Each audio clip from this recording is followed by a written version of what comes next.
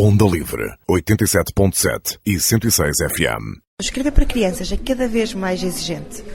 Sim, é cada vez mais exigente. Basta pensar na concorrência que o livro tem nos dias de hoje, não é? Se pensarmos nas novas tecnologias, na facilidade com que eles manipulam todos esses instrumentos e na forma como é fácil deixar o livro de lado.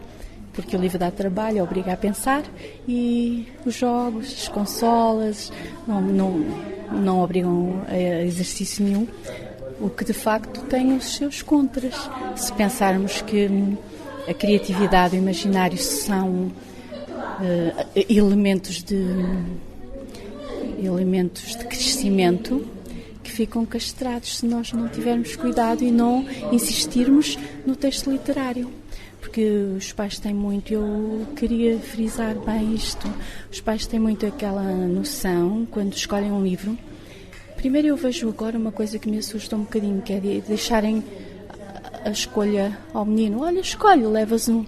E eles não têm de facto competência ainda, competências diversas para poderem escolher, fazer a escolha. Portanto, é necessário que os pais tenham muita atenção e que saibam escolher um livro, porque normalmente os pais, quando são eles próprios a escolher, também optam por aqueles livros que têm um pendor didático-pedagógico mais, porque estão sempre muito ansiosos que os meninos aprendam e que sejam bons alunos e que aprendam. E, de facto, o texto literário tem uma particularidade que fica muito esquecida pelas escolas, pelas bibliotecas, às vezes pelos mediadores de leitura, que é o facto de não se limitar a transmitir conhecimentos, não se limita a transmitir conhecimentos, vai um pouco mais além, é quase como querer ensinar o ser, porque é muito importante o ser, não é? Uma criança está sempre aberta a todas as possibilidades e o livro vai de encontro e dá muitas respostas através do imaginário deles. Estimula a criatividade. Exatamente, e é uma forma que eu costumo dizer do imaginário se espreguiçar. É um espaço onde o imaginário se pode espreguiçar e isso é fundamental na formação. Não somos só necessidade, o ser humano não precisa só de pão, precisa também de uma outra dimensão que está a fazer falta nos dias de hoje, que é a sensibilidade. O educar para a sensibilidade, o educar na sensibilidade, que em outras palavras podemos chamar a arte criativa, que nos distingue de todos os outros animais. Já apresentou este livro em escolas? Este livro foi premiado no concurso Matilde Rosa Araújo em 2007. É um livro, é um texto que eu escrevi, como muitos outros, com o propósito de utilizar na sala de aulas, em contexto de sala de aulas. Fui professora de primeiro ciclo durante 34 anos e sempre que eu achava que era a hora, que era interessante, eu escrevia uma história. O facto de não escolher outras e de fazer as próprias tinha o seu quê de interessante para eles, não é? Porque a autora era a professora que estava ali ao lado deles. Não era aqueles senhores dos livros com bigodes muito grandes que já morreram todos, como às vezes nos diziam. Mas os escritores não morreram todos, às vezes perguntavam, já morreram todos. Pronto, e então isso fazia muita diferença. E este texto foi escrito para criar uma certa curiosidade em torno de 2 livros específicos que eu ia trabalhar na Semana da Leitura, que era o meu primeiro Dom Quixote, de Alice Vieira, e A Menina do Mar, de Sofia de Melbrana. Portanto, eu tinha escolhido esses 2 para serem, digamos que, os eleitos da Semana da Leitura. E, de facto, escrevi nesse contexto. E o texto teve uma recepção enorme, fabulosa. E os meus alunos comentaram o texto durante uma semana, fora, com uns, com outros, ao ponto depois sempre partilhei. Um colega vinha e disse, olha lá, empresta-me lá aquele, olha, e eu fui contá-los a várias escolas, sem livro, só o texto, não é? E foi sempre muito bem recebido. Era mesmo isso que eu ia perguntar, as crianças... Eu estou numa situação privilegiada, eu digo sempre que Henri Bosco, em 1700 e tal, não é? Falava que ele era um professor, não é? Dizia assim, não, os textos que eu escrevi para crianças, isto é, os primeiros textos escritos objetivamente para um público infantil-juvenil, vem da parte de professores. Porque o contacto direto com a criança dá uma série de instrumentos ao autor e o criar para eles torna-se fácil.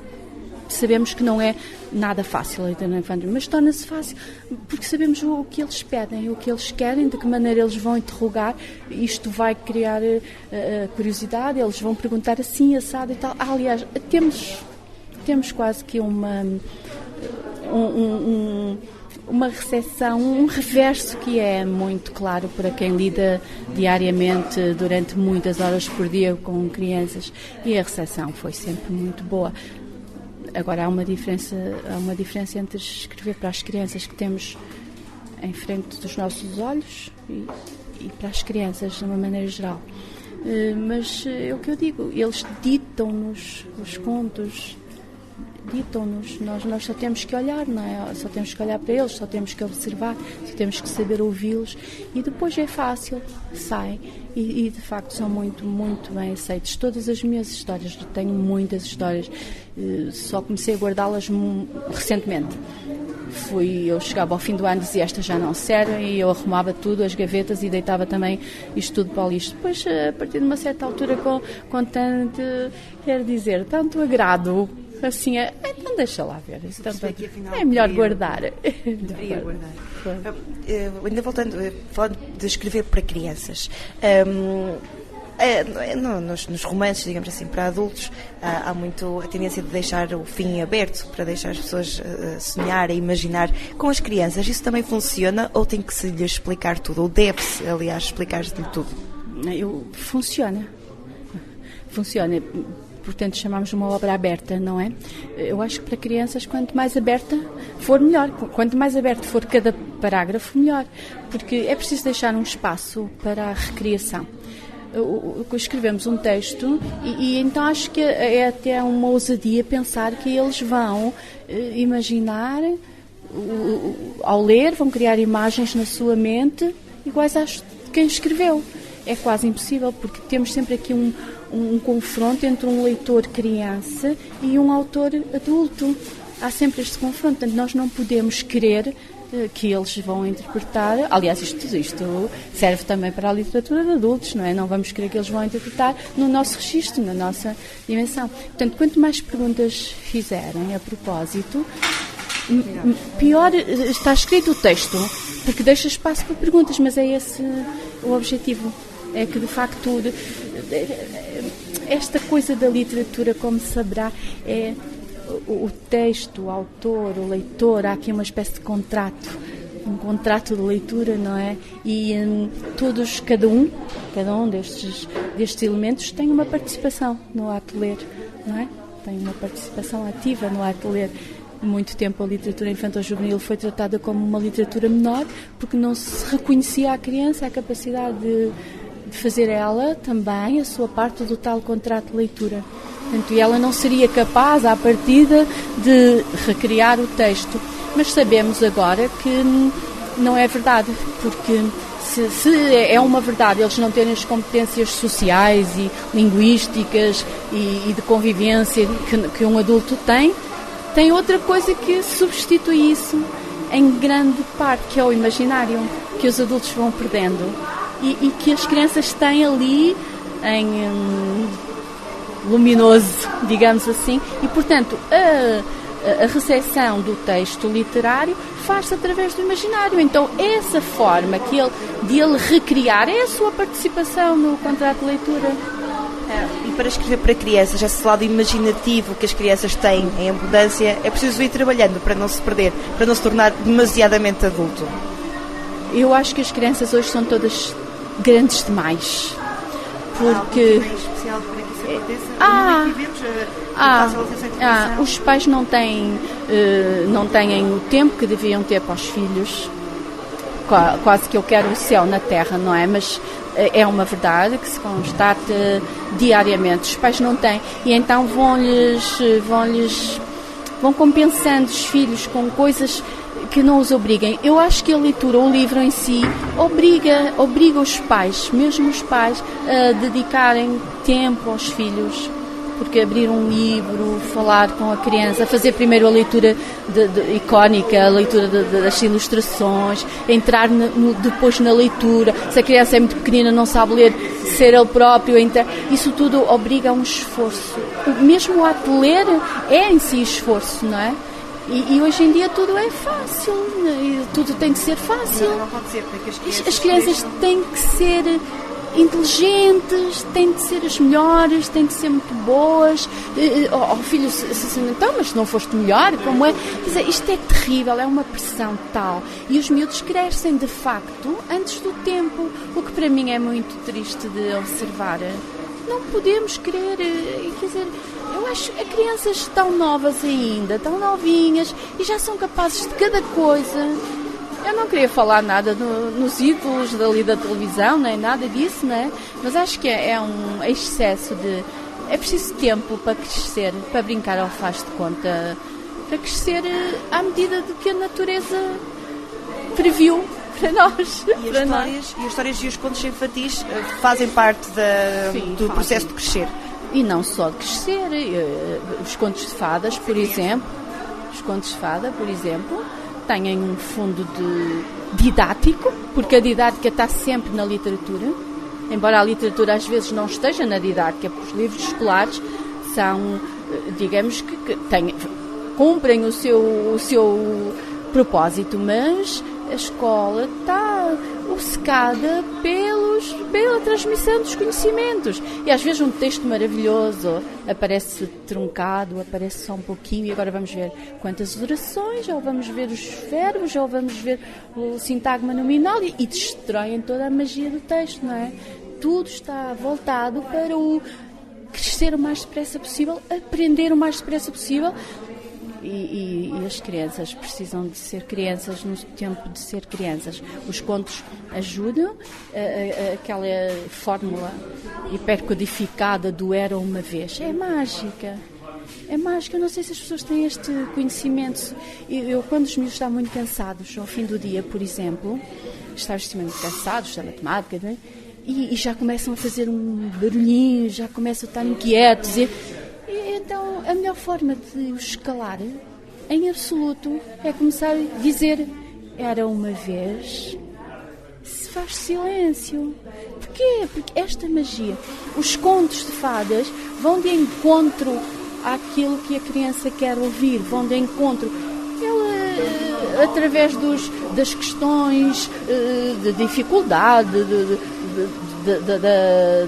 da característica deste ou daquele personagem, eles vão se reconhecendo aqui e ali e vão vendo como é que aquela personagem naquele conto conseguiu, enfim, sair vitorioso daquela situação. Teve uma estratégia, fez. Então é sempre possível remediar qualquer problema, qualquer situação. Isto para dizer que ajuda a criança a lidar bem com os medos, com as suas angústias, com os receios. É muito importante. Os contos infantis, até ou melhor, os mais tradicionais, baseiam-se sempre nos maiores medos das crianças. É esse um dos princípios também. Sim, é um dos princípios, ajudar a superar, exatamente. E tenta fazer isso também? Nada, em absoluto.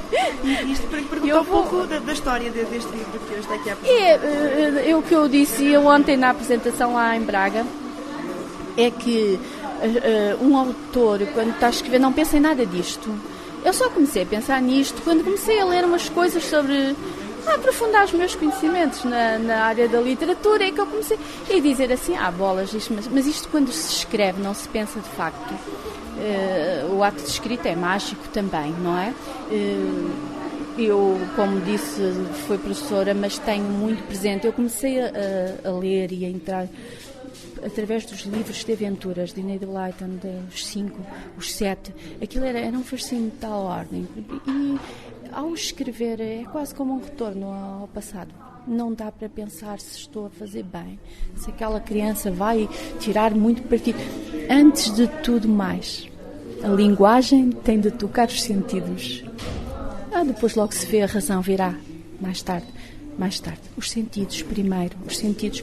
Porque para a matemática, como eu disse ontem, as matemáticas, eu não estou a desvalorizar coisa nenhuma. As finanças, a economia, isso tudo é preciso aprender, é certo. Uma mecânica e outra tem a ver mais com a parte imaginativa. Exatamente, é isso. Não se pensa nisso. O texto surge,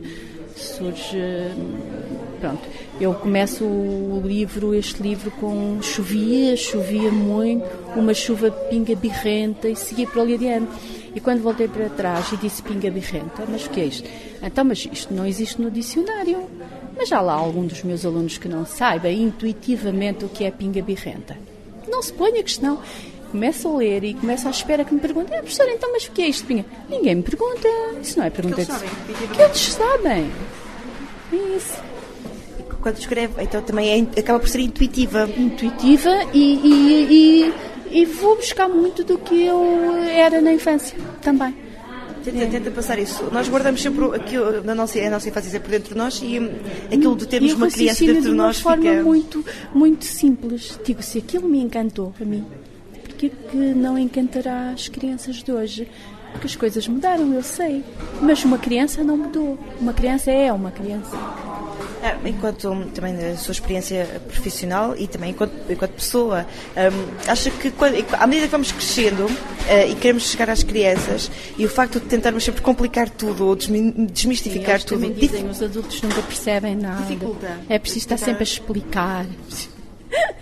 Por eles é tudo muito, muito mais simples. Este livro é para que faixa etária? Eu pensei que é para todos. Porque quando...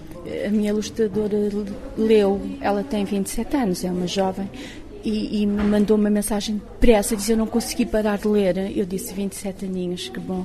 Depois tem, o meu marido também já tem 60, não é? E diz, mas isto, não consigo parar de ler. Eu digo, pronto, vou recomendar para todos. Mas, de facto, ele precisará, entre que os 7 e 9 anos, é preciso uma leitura orientada, talvez. A partir daí pode ser autónoma. Este livro disse que já escreveu em 2007 e está editado desde 2007 ou é mesmo mais recente? Só foi editado agora.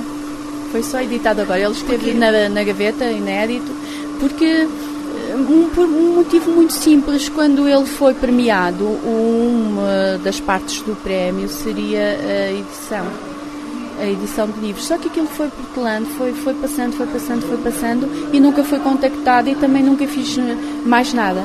Agora aqui com a poética surgiu a oportunidade e lembrei-me do texto, muito na dúvida se deveria pôr um texto que já tem uns anos ou se estes mais recentes que continuo a escrever e pronto, mas só havia lugar para um, não é? Então eu disse, este conto é um bocadinho especial porque é um livro que fala de livros e um sonho de um personagem que sonha com sonhos, portanto achei que certamente tinha os condimentos necessários para fazer um bom livro. O personagem que sonha com sonhos que acabam por ser roubados. Mas como isto é uma aventura e como o Rui e o Francisco, que são primos e que são os heróis desta narrativa, os dois não deixam as coisas assim. Eles vão à luta, vão descobrir o ladrão e vão resolver tudo. Aquilo que as crianças também querem fazer, querem ser os heróis da sua própria vida. Ora, exatamente, claro. Haverá livros que estejam assim quase a sair também para publicação, o que pretenda publicar brevemente?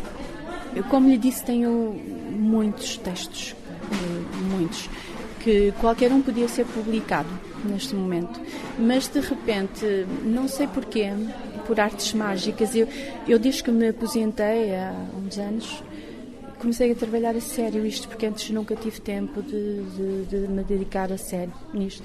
E comecei, a ir ver o que tinha e dei conta que eu tenho uma imensidão de textos guardados, de ficheiros cheios de coisas, uns para aqui, outros para... Então comecei a fazer uma revisão e a poesia para crianças de repente saltou, porque eu sou eu nasci na poesia, digamos assim, e mesmo o texto narrativo acaba por ter quase os mesmos códigos, porque somos quem somos e não podemos fugir. E a poesia para crianças é uma coisa que me agrada muito.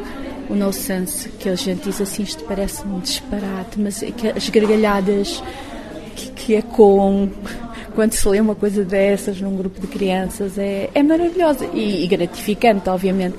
Portanto, estava provavelmente a pensar em, publicando ou não, em organizar um trabalho na área da poesia. É fácil escrever poesias e fazer a poesia chegar às crianças? O mais difícil é fazer chegar, de facto. Escrever, pronto, é como sabemos, se temos, se não temos, não temos. Acontece, não quando queremos, somos convocados, digamos assim, por alguma entidade que ainda não percebi muito bem e temos de escrever naquele momento. É óbvio que eu trabalho os textos, não me contento com a inspiração. Eu costumo dizer que a inspiração é só o chamamento. Olha, tens de fazer. E depois é preciso trabalho. E é como digo, fazer chegar ao público hoje é que é muito difícil. É difícil. As crianças não estão preparadas para a poesia? As crianças não lhes estão a provar a poesia? Não lhes estão a dar a provar a poesia. Porque elas são, naturalmente, poetas. Isto não é novo, não é nenhuma. Elas são poetas. A poesia está lá toda. Eu, às vezes, ficava parada com uma frase de um aluno e dizia, mas como é? E disse muitas vezes, eles é que me ensinaram a poesia. Porque ela está lá, é nata, está neles. Nós, com a educação, é que acabamos por desfazer o que há de poético nas crianças. Nós dizemos, não, já não tens idade para ser poeta, portanto tu cresces e sai daí, não é? Isso é horrível. Não, se me obrigassem ainda com esta idade a sair daí, era o fim. Onda Livre, 87.7 e 106 FM.